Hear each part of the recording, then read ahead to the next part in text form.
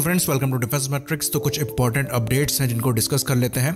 तो एक इंटरव्यू के दौरान डीआरडीओ के जो चेयरमैन है जी सतीश रेड्डी, उन्होंने ये कहा है कि जो निर्भय क्रूज मिसाइल है उसका फर्स्ट डेवलपमेंट ट्रायल होगा इंडिजिनस स्मॉल टर्बोफैन इंजन के साथ, जो कि STFE या फिर मानिक इंजन है। तो इसको डेवलप किया है GTRE ने, जिसे गैस टर्बाइन रिसर्च एस्टेब्लिशमेंट कहा जाता है, और आने वाले कुछ दिनों में इसका जो टेस्ट है वो कंडक्ट किया जाएगा। तो जैसा कि हम जानते हैं, निर्भय हमारी इंडिजिनसली डिज़ाइन और डेवलप लॉन्ग रेंज की क्रूज मिसाइल है, जो कि करीबन 200 से 300 किलोग्राम का वॉरहेड कैरी कर सकती है, और इसकी जो मैक्सिमम रेंज है वो करीबन 1000 किलोमीटर के आसपास की है।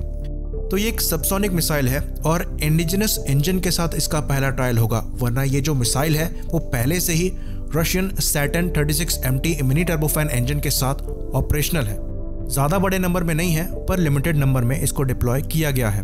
तो इंडिया द्वारा एफर्ट किए जा रहे हैं कि जो परसेंटेज ऑफ इंडिजिनाइजेशन है इस मिसाइल में उसको बढ़ाने के लिए, जिसके अंतर्गत जो इंडिजिनस इंजन है वो इससे लगाकर टेस्ट किया जा रहा है।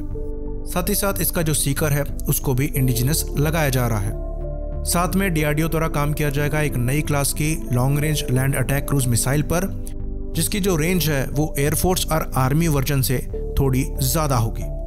तो ये जो मिसाइल होगी ये इंडियन नेवी के डिफरेंट शिप से फायर करी जा सकती होगी। साथ ही साथ जो इंडियन नेवी की फ्यूचर में प्रोजेक्ट 75I के अंतर्गत सबमरीन बनाई जाएंगी, उनसे भी फायर होने में सक्षम होगी।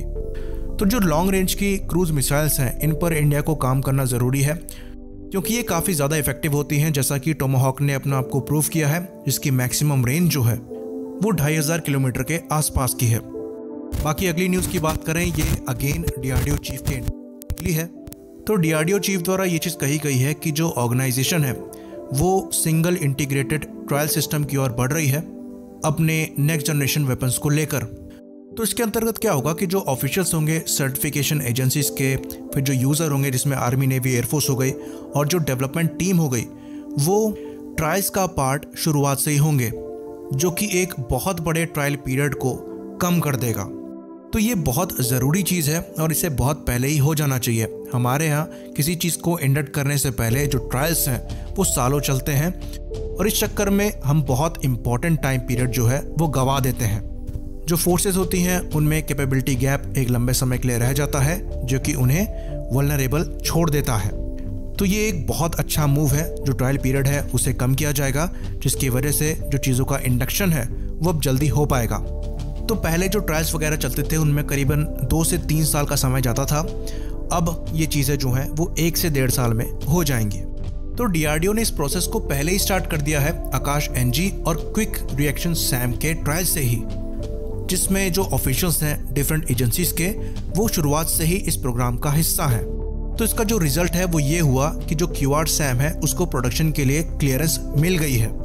वहीं पर हम बात करें आकाश NG की, जिसका जो ट्रायल्स है वो इसी साल स्टार्ट हुआ था, उसको भी 2-3 ट्रायल्स के बाद प्रोडक्शन के लिए क्लियरेंस मिल जाएगा। बाकी हैदराबाद बेस्ड जो कंपनी है वेम टेक्नोलॉजीज, उन्होंने पहला सेंट्रल फ्यूसलाज LCA तेजस का हैंडओवर किया है HAL को। तो जैसा कि हम जानते हैं, वेम टेक्नोलॉजी जो है वो सेंट्रल फ्यूसलाज को बनाने में HAL की पार्टनर है, जो कि एक प्राइवेट कंपनी है। इसने इस सेंट्रल फ्यूसलाज को असेंबल किया है, जिसमें करीबन 1595 यानी कि 1595 पार्ट्स लगे हैं, मैकेनिकल और कंपोजिट स्ट्रक्चर वाले, जिनको सर्टिफिकेशन HAL द्वारा और DGQA द्वारा दिया गया है।